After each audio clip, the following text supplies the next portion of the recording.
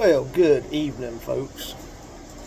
I've been out here this evening and shooting my bow a little bit, and thought I might make a video. Might be some people on here that's just getting into bow hunting or shooting a bow and may need a few tips. And just don't go out there and throw this out here.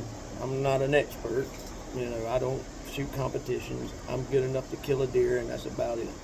So there's probably quite a few people in this group here that's a lot more efficient with a bow than I am, but I know a little bit, and I'm going to share a little bit with you. I'm going to try to not make this a very long video, but the first thing is you got to have a good glass of sweet tea, preferably in a jar. Sweet tea makes everything better. Ice cold sweet tea, to be exact. But so let's get started. So if I get a new bow or some new sights, what I'm gonna do is I'm gonna get back from my target 10 yards. Got this fan on because these daggone bugs are freaking terrible out here.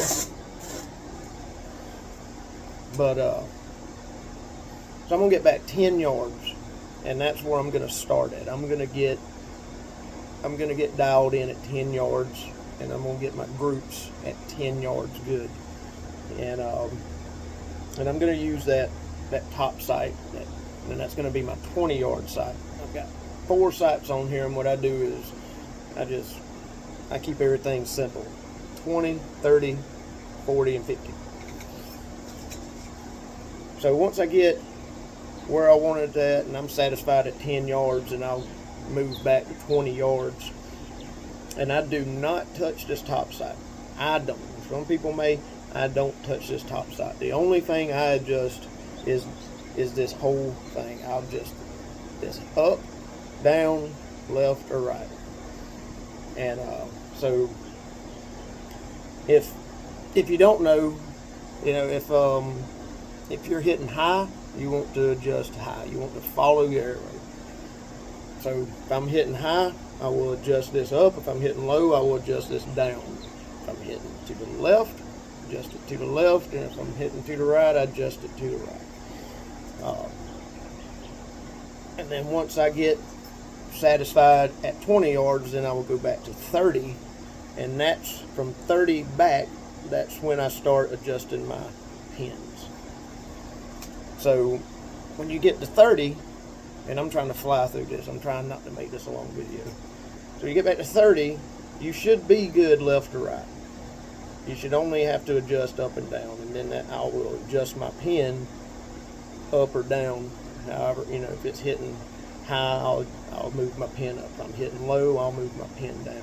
Now I will say this: if you get back to 30 or 40, and say 20 and 30 you're hitting pretty good, but you get to 40 and all of a sudden you're hitting to the right or to the left, and I'm looking at myself on this screen, so it's kind of messing me up a little bit. You probably your rest is going to be your what needs to be adjusted, because it's probably what's happening is the further you get back, your arrow's not setting perfectly straight. It's probably crooked one way or the other. And so it's, if it's crooked to the right, if it's crooked to the right a little bit, the further you get back, the further to the right it's going to hit. So you just want to adjust that to the right. Or if it's hitting to the left, you want to adjust your rest to the left. And that should, because that's all you're doing is when you adjust it, you're just straightening your arrow up so it flies true, not one way or the other. And that should get you back on track. But from 30 back, other than my rest, the only thing I'm adjusting is my pins, up or down. Now a lot of these have these little levels in it, and it does make a difference if you're not holding it level, which that's level right there. So if you're holding it like this or you're holding it like this, you know, that's going to throw you off a little bit. So you want to make sure you're holding it as level as you can. And don't just hold a daggum death grip on this thing.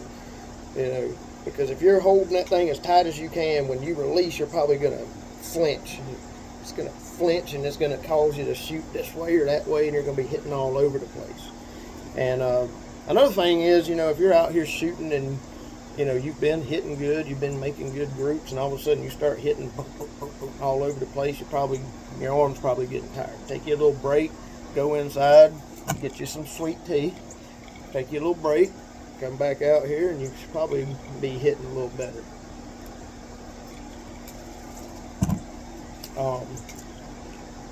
Also, a lot of this is muscle memory. So, if you're just getting started, you're probably gonna, let me finish my ice real quick.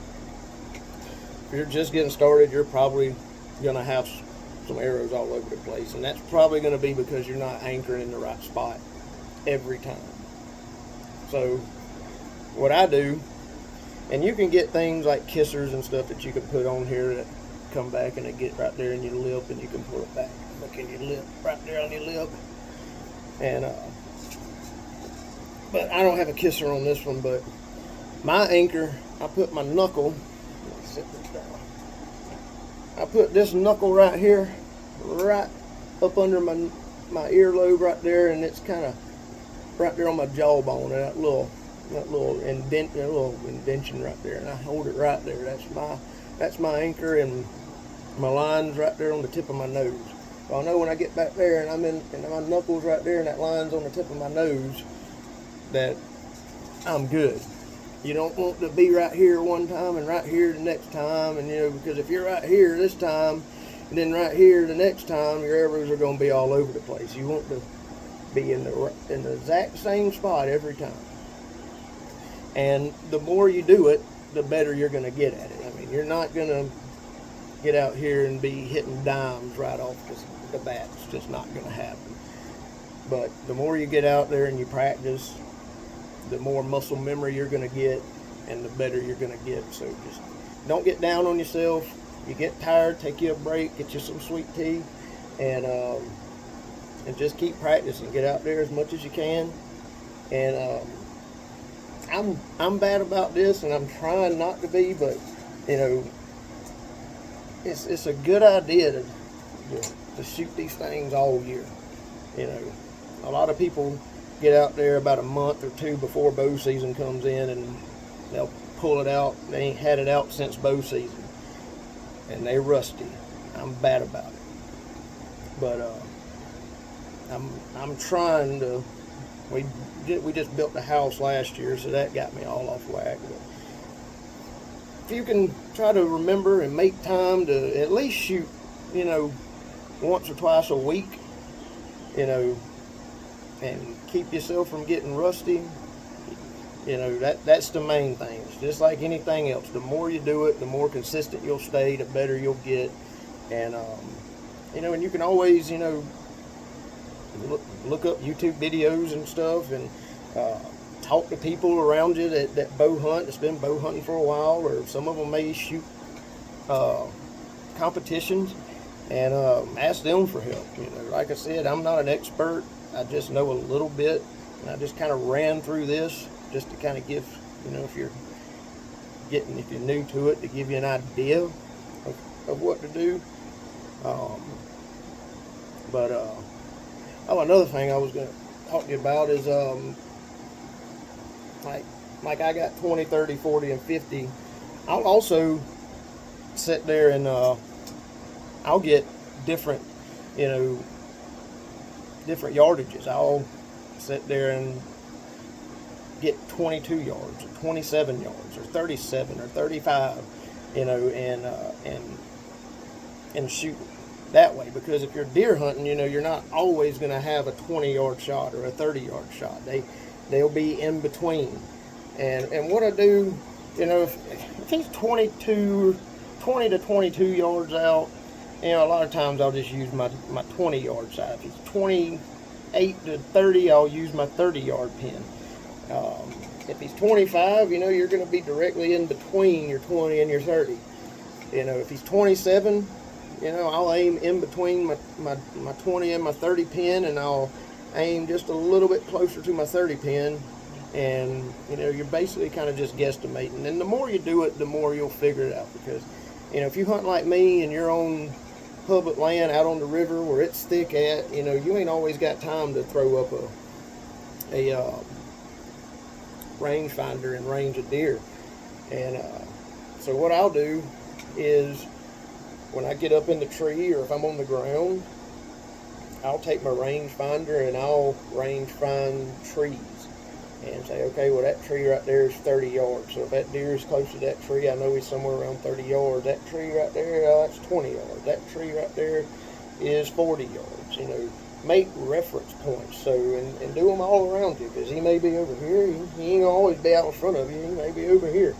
You know, so do them all around you. Make reference points. That way, when they walk in, okay, that tree's 30 yards. He's up there close to that tree, so he's at least 30 yards. And because you ain't always gonna have time to pull a rangefinder out and check it.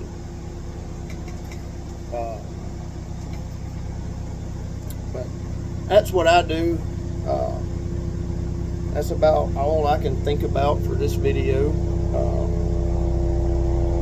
If you had any questions, I mean, feel free to ask me. Feel free to ask questions in the group and get some people that actually know what you're doing to give you some answers.